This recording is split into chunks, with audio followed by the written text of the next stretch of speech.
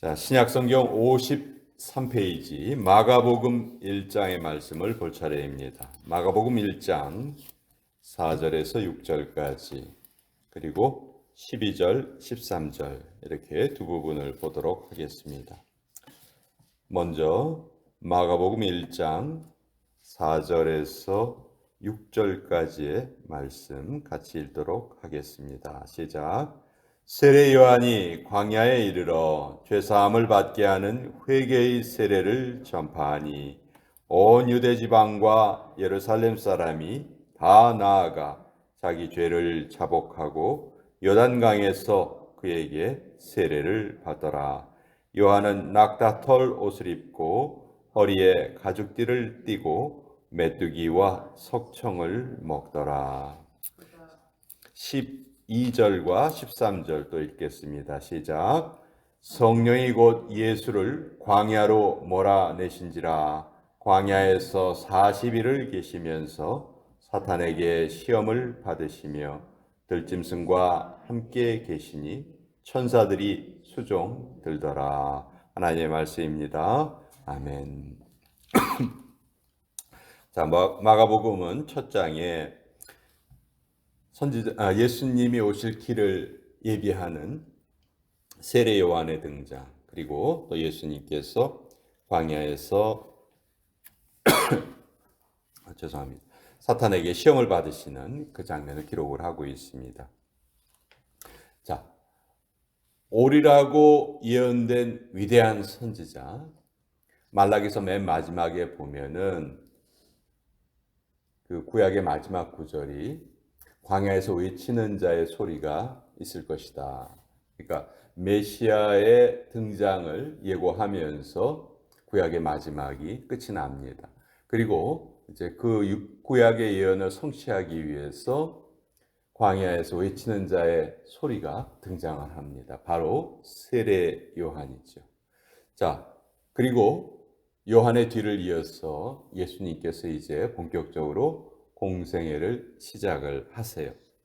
자, 이렇게 인류 역사상 가장 위대한 두 분이라고 할 수 있겠죠. 한 분은 메시아 그 자체이신 분이시고 또 한 사람은 그 메시아의 오실 길을 예비하는 존재입니다.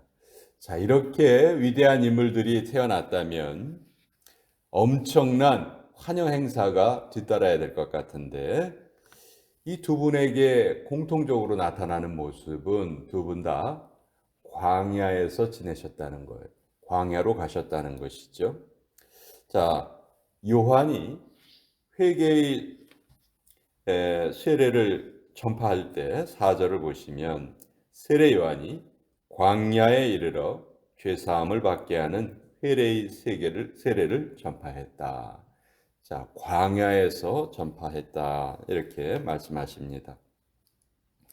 참 좀 이상해요, 그렇죠? 이런 말을 외친다면 사람이 많이 모이는 시장이라든지 도시라든지 이런 곳에서 외쳐야 정상일 것 같은데 왜 광야에서 외쳤을까?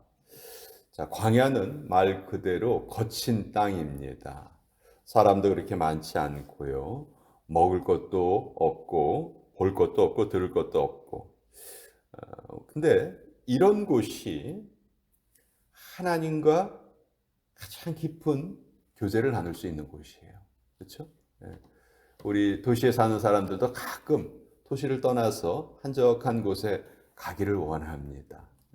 그곳에 가면 좀 더 자연을 잘 느낄 수 있고 그동안 내가 정말 쓸데없는 일에 너무 바쁘게 살지 않았는가 그런 것을 또 뒤돌아보게 되죠.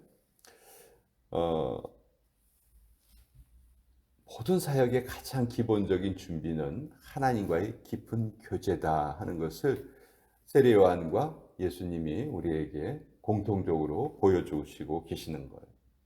그럼 우리가 한국 사람들은 기도할 때 습관적으로 좀 눈을 감습니다. 모든 나라 사람들이 기도할 때 다 눈을 감지는 않아요. 근데 특별히 한국 사람들은 좀 눈을 감습니다. 왜 그럴까요? 왜 우리가 기도할 때 눈을 감을까요? 많은 이유가 있겠지만 우리 눈에 보는 것을 잠시 중지함으로써 더 깊이 집중할 수가 있는 것이죠. 그런 면에서 광야는 우리의 눈길을 빼앗는 것이 없는 것이에요. 그래서 더 하나님께 집중할 수 있게 만든다. 요한이 복장을 보면요, 6절에 요한은 낙타 털옷을 입고 허리에 가죽대를 띠었고 메뚜기와 석청을 먹었다.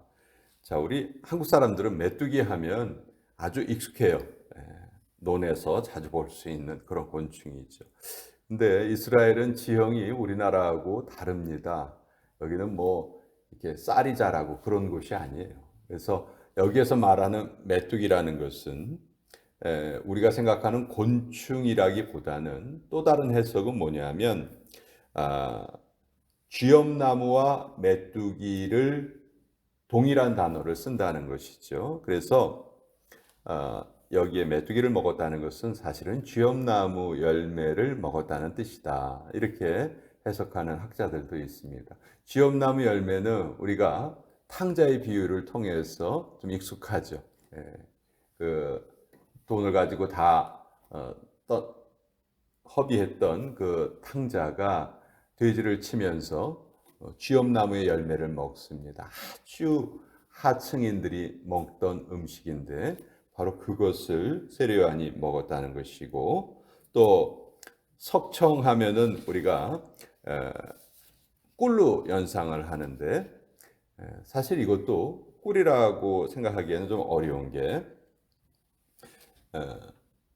꿀은 세 종류가 있어요. 벌꿀이 있고 이스라엘에는 종려나무의 꿀이 있고 또 쥐엄나무의 꿀이 있어요. 근데 가장 일반적인 것은 종려나무의 꿀이에요. 근데 그 종려나무 열매의 꿀은 그 꿀이 그냥 그 열매에서 뚝뚝 땅바닥으로 떨어집니다.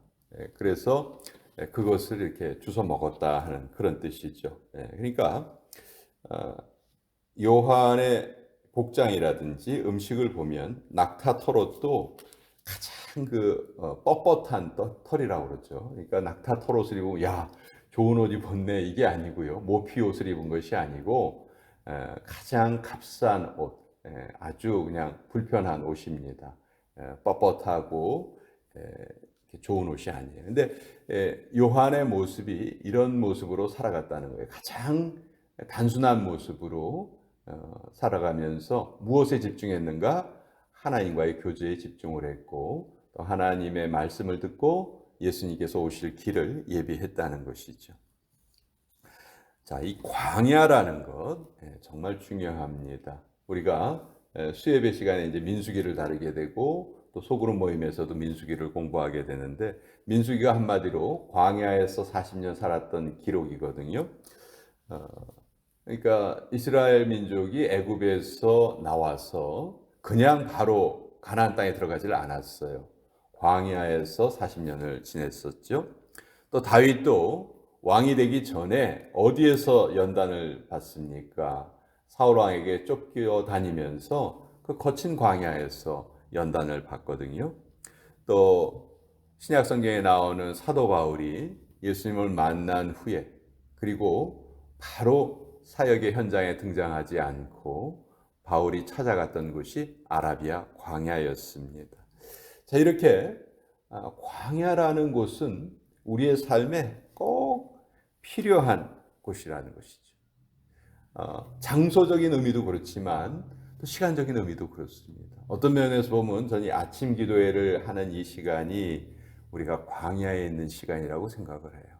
우리가 보는 것, 입는 것, 그런 거 다 줄이고 잠자는 시간까지도 줄여서 지금 이 자리에 나와 있는 겁니다. 어떻게 보면 시간의 광야에, 이 시간의 광야에 우리가 그 어느 것에도 방해받지 않고 하나님을 깊이 만나는 시간이 된다는 것이죠. 예수님께서도 틈만 있으시면 한적한 곳을 찾아가셨어요. 거기에서 깊이 하나님과 교제하시고 대화하시고 거기서 힘을 얻으시고 또 사역을 진행을 하셨던 것이죠. 성령께서 예수님을 광야로 내몰았다. 12절에 보시면 그렇게 되어 있어요. 성령이 곧 예수를 광야로 몰아내셨다. 자, 예수님께서 광야로 가신 것이 하나님의 뜻이셨다는 것이죠. 우리가 겨울이 되면 보리 농사를 짓는 분들이 보리 밟기를 합니다.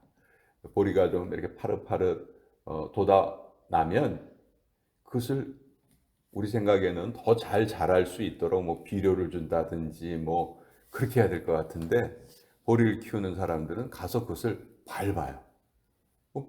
연한 보리가 자라나면서 당연히 꺾어지겠죠. 근데 꺾어지는 것에서 그치지 않고 보리는 그 꺾어진 부분이 다시 힘을 얻어서 세워진다고 해요. 근데 왜 그럼 그렇게 보리를 밟느냐? 만약 보리를 밟아주지 않으면 보리 그 한 이삭이 보리가 다 익었을 때 한 100개 정도 되는 나달밖에 홀딩을 못 한다는 거죠.